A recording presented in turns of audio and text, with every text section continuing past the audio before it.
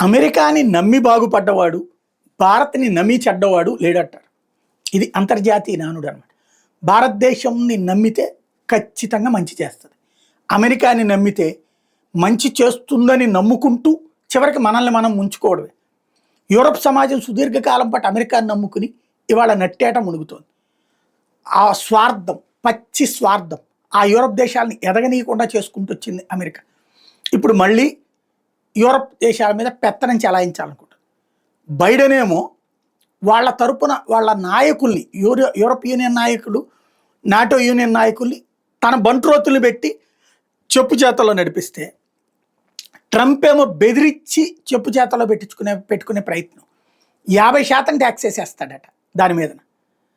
ఆ మాట ద్వారా యూరప్ దేశాలకి పరిశ్రమలు పోకుండా చూసేటటువంటి ప్రయత్నం.